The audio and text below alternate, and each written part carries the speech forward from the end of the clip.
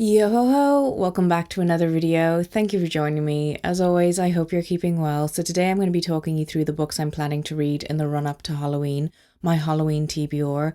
I haven't gone overboard with my selection, but I'm feeling very confident that I can get through these books, especially because I've included a little bit of manga too. Not Junji Ito, you'll be very surprised by. So without further ado, let's get into the books. First book that I'm really looking forward to getting into is The Creeper by A.M. Shine. So this is an Irish author, and I read one of his other books earlier this year and really enjoyed it, The Watchers. I will say I am quite biased because it is set in Ireland, as is this story. This is about Dr. Sparling and his team of academic researchers as they travel to a really remote village in Ireland, and there's not much known about this village. There's not much history about it. There's no actual physical data or documents about it. The villagers are very cold and suspicious of the team, and aside from one little girl who decides to talk to them, they really can't get much out of the villagers, and if anything, they just feel that maybe it was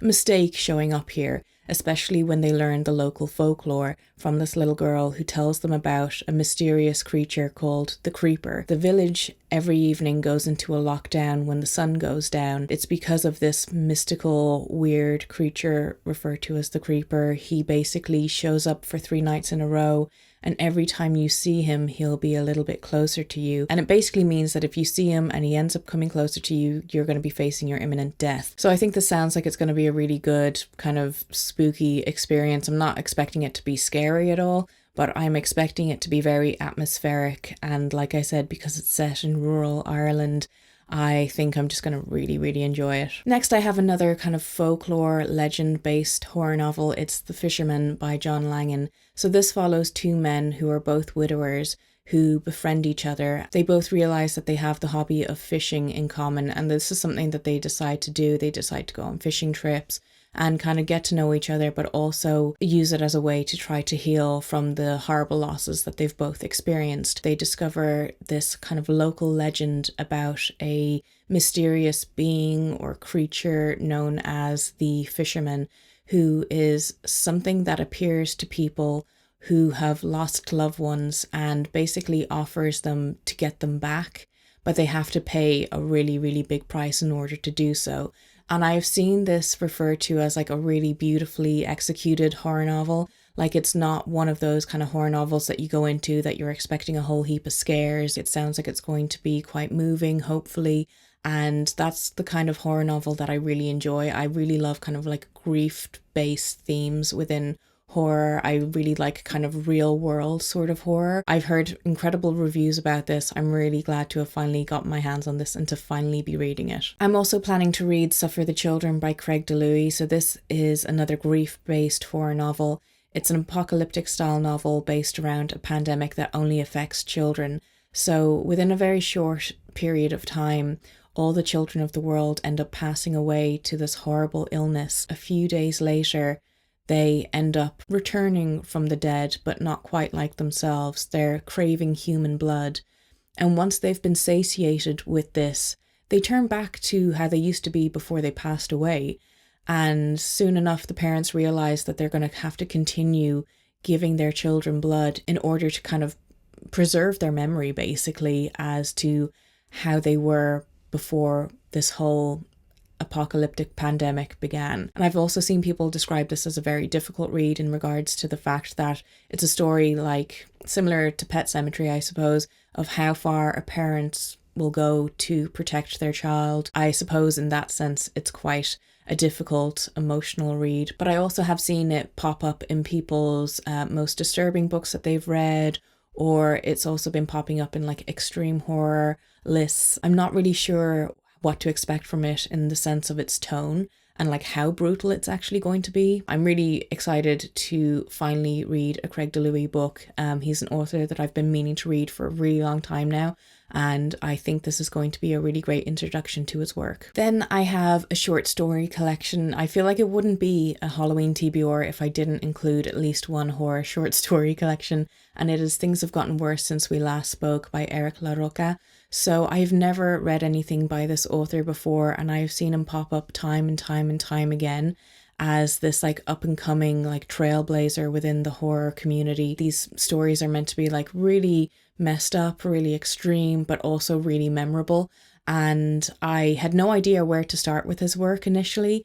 And I saw that this was coming out in paperback. And once I was in my bookstore looking around for something completely unrelated, I wasn't even like daring to look at the horror section because I already have far too many unread horror books.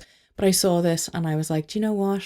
I'm going to get it. I'm going to give it a go and see what I think of this author's works. So I'm really not sure as to how many short stories are in this and what they will entail. But I know that if there's anything on this list that's going to be really creepy and disturbing and weird, it's probably going to be this collection of short stories. So if you have read anything by this author, let me know your thoughts. The next book is one that I have been wanting to read for months, and now it's finally the perfect time of year. I've purposely been holding off to read it in the run up to Halloween, especially because it sounds like it's quite Black Mirror-esque. I'm very excited to get into it. It is This Thing Between Us. This is the story of a married couple, and they decide to make some changes within their home, specifically more so at the wife's request that they get this thing called the Itza, which is basically the world's most advanced smart device speaker that there is. And once they bring this into their home and set it up, strange things start to happen, like scratching in the walls. Then they also hear very eerie music being played at night. Strange packages start showing up for them, specifically full of lye. It's like, who would order something like that? Tragedy hits, and the husband is left to pick up the pieces. And what's really strange about it is the fact that local politicians use his grief as a way to push forward their own political agendas. And he's really just been used and abused and not able to grieve in private. He is still dealing with the fact that the Itza is behaving badly, and he starts to notice that late at night he can hear it whispering to something, and that something is talking back to it. So this just sounds like it's going to be absolutely fantastic. I think out of all the books that I've shown you so far, this is probably going to be the creepiest. I'm hoping that this will be the one that makes the hair stand up on the back of my neck when I'm reading it late at night. Finally, the manga that I'm planning to read over Halloween is the series PTSD Radio. I have volume 1, 2, and 3, and these are the 3 omnibus editions. And I believe that they recently enough came out being translated into English for the first time after having a really successful digital run. And I've seen other people review it. I've seen it being very much hyped up. It's not a super linear story. It's not a really plot-driven story. If you're someone who likes to get invested in characters, then this probably isn't the series for you, because it is more so about the kind of like the spooky, creepy elements more so than anything else. Curiosity got the better of me, and I decided, you know what, I'll give it a go. At the very least, I can kind of add another author to my horror manga collection and, you know, read it, review it, let you guys know my thoughts on it, on whether it is worth your time or not. And I've seen people say that the images really stay in your head, especially late at night when you're trying to sleep.